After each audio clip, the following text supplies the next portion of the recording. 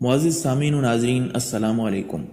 اللہ تبارک و تعالیٰ نے انسانوں کی ہدایت کے لیے مختلف انبیاء کرام مبعوث فرمائے، جنہوں نے اپنی اپنی قوم کو توحید و رسالت کا پیغام سنایا۔ اس ویڈیو میں ہم آپ کو تقریباً 30 سے زائد انبیاء کرام کے مزارات مقدسہ کی زیارت کروائیں گے۔ حضرت آدم علیہ السلام کی قبر مبارک کے حوالے سے 3 مختلف مقامات کی نشاندہی کی جاتی ہے، جو یہ ہیں: مکہ مکرمہ میں کوہ ابو قبیس کا مقام، یروشلم اور سری لنکا کا وہ مقام جہاں آپ علیہ السلام جنت سے زمین پر اتارے گئے تھے۔ حضرت آدم علیہ السلام کا قد 60 ہاتھ کے برابر تھا۔ جب حضرت آدم علیہ السلام وفات پا گئے تو فرشتوں نے انہیں کنول اور پانی سے الگ الگ غسل دیا اور انہیں کفن کی کئی تہوں میں لپٹایا۔ پھر انہوں نے ایک قبر تیار کی اور اسے دفن کیا۔ فرشتوں نے کہا، ان کے بعد بنی آدم کا یہی دستور ہوگا۔ ابن کثیر کے مطابق حضرت آدم علیہ السلام سری لنکا میں جس پہاڑ پر اترے اسی پر دفن ہیں۔ ایک اور قول کے مطابق آپ علیہ السلام مکہ میں کوہ ابو قبیس میں دفن ہیں۔ تاریخ طبری نے بتایا ہے کہ حضرت نوح علیہ السلام حضرت آدم اور حوا کو کشتی پر اپنے ساتھ لے گئے تھے، لیکن پھر ان دونوں کو کوہ ابو قبیس کے غار میں واپس دفن کر دیا جس میں وہ پہلے دفن تھے۔ لبنان میں وادی عبیقہ کے قریب ایک گاؤں کو شیس نام سے پکارا جاتا ہے، کیونکہ اس جگہ کو حضرت شیس علیہ السلام کی تدفین کی جگہ سمجھا جاتا ہے، جو کہ حضرت آدم علیہ السلام کے بیٹے اور دوسرے نبی تھے۔ تدفین کے مقام پر ایک مسجد بنائی گئی تھی اور اس مسجد کے اندر حضرت شیس علیہ السلام کی قبر مبارک موجود ہے۔ اس کے علاوہ ایک روایت کے مطابق حضرت شیس علیہ السلام کی قبر کو فلسطینی گاؤں بشیت میں رکھا گیا ہے، اور اسی طرح عراق کے شہر موصل میں بھی آپ سے منسوب ایک مقام موجود ہے۔ حضرت حابیل بن آدم علیہ السلام کا مزار مبارک دمشق کے مغرب میں وادی براد میں واقع ہے۔ اس مسجد میں حابیل ابن آدم کی قبر ہے۔ یہ مسجد عثمانی ولی عہد احمد پاشا نے 1599 میں تعمیر کروائی تھی۔ کہا جاتا ہے کہ اس مسجد میں 40 محراب ہیں۔ حضرت حابیل کو اس کے بھائی قابیل نے قتل کر دیا تھا، جسے انسانی تاریخ کا پہلا قتل کہا جاتا ہے۔ حضرت ادریس علیہ السلام کی خواہش کے مطابق اللہ تعالیٰ نے ان کو آسمان پر اٹھا لیا اور انہیں جنت کی سیر بھی کروائی گئی۔ حضرت ابن عباس رضی اللہ تعالیٰ عنہ کہتے ہیں کہ حضرت ادریس علیہ السلام کو 6 آسمان پر اٹھا لیا گیا اور انہوں نے وہیں وفات پائی۔ کچھ لوگوں کا خیال ہے کہ حضرت ادریس علیہ السلام اور شیس علیہ السلام کو قاہرہ کے قریب گیزا سطح مرتفع پر 2 سب سے بڑے اہرام میں دفن کیا گیا تھا۔ یہ بھی کہا جاتا ہے کہ حران کے سبائیوں نے غزہ کی زیارت کی اور وہاں قربانیاں پیش کیں، کیونکہ ان کا خیال تھا کہ اہرام ان دونوں انبیاء کے مقبرے ہیں، لیکن یہ دونوں قول ضعیف سمجھے جاتے ہیں۔ مختلف ممالک میں کم از کم 5 ایسے مقامات ہیں جن کے بارے میں دعویٰ کیا جاتا ہے کہ وہاں حضرت نوح علیہ السلام کا مقبرہ موجود ہے۔ حضرت نوح علیہ السلام کا مقبرہ نخچوان آرمینیا کے مغرب اور ترکی کے مشرق میں، آذربائیجان کے ایک علاقے میں، نجف عراق میں حضرت امام علی رضی اللہ تعالیٰ عنہ کی مسجد کے ساتھ، لبنان میں کرک نوح، حضرت نوح علیہ السلام کا مقبرہ نبی نوح مسجد ترکی میں، اس کے علاوہ لبنان میں بیکا نامی ایک مقام پر حضرت یوشع علیہ السلام حضرت موسیٰ علیہ السلام کے بہت قریب تھے اور ان کی وفات کے بعد بنی اسرائیل کے سردار کے طور پر ان کی جگہ پر فائز ہوئے۔ حضرت یوشع علیہ السلام حضرت یوسف علیہ السلام کے نواسے تھے۔ ان کا پورا نام یوشع بن نون بن افریم بن یوسف تھا۔ اگرچہ قرآن پاک میں ان کا ذکر نہیں کیا گیا، لیکن 2 مقامات پر ان کا ذکر آیا ہے۔ بنی اسرائیل کے مصر سے جانے اور 40 سال تک صحرا میں گھومنے کے بعد حضرت موسیٰ علیہ السلام بیت المقدس کے قریب انتقال کر گئے۔ حضرت یوشع علیہ السلام نے بنی اسرائیل کی قیادت کی اور انہیں جیریکو کے گرد و نواح میں لے گئے۔ یہ ایک شاندار شہر تھا جس میں بڑے بڑے محلات تھے۔ آپ نے 6 ماہ تک اس کا محاصرہ کیا اور پھر آخری حملے کے ساتھ تکبیر بلند کرتے ہوئے اپنے لشکر کو اندر لے گئے اور اسے فتح کر لیا۔ حضرت یوشع علیہ السلام کا مقبرہ استنبول کی بلند ترین پہاڑی بیکوز پر واقع ہے۔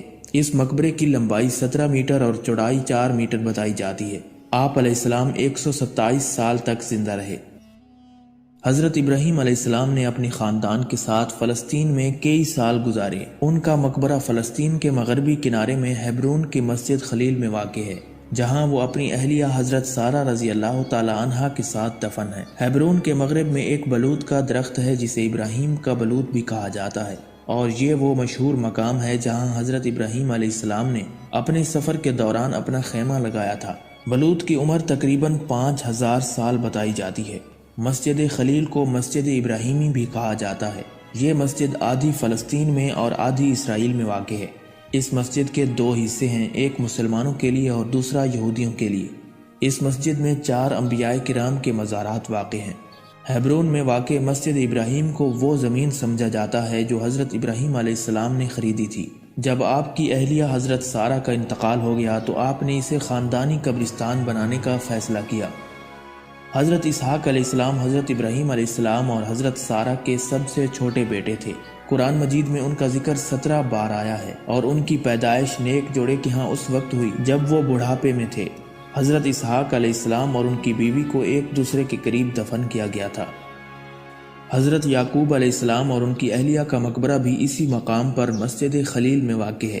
حضرت یعقوب علیہ السلام کے مقبرے میں داخل ہونے کے لیے ہرے دروازے سے جانا پڑتا ہے جو یہودیوں کی طرف واقع ہے۔ حضرت یعقوب علیہ السلام کی 2 بیویاں اور 12 بیٹے تھے۔ ان کا انتقال تو مصر میں ہوا، لیکن ان کی وصیت کے مطابق انہیں ہیبرون میں ان کی زوجہ لیا رضی اللہ تعالیٰ عنہ کے پاس دفن کیا گیا۔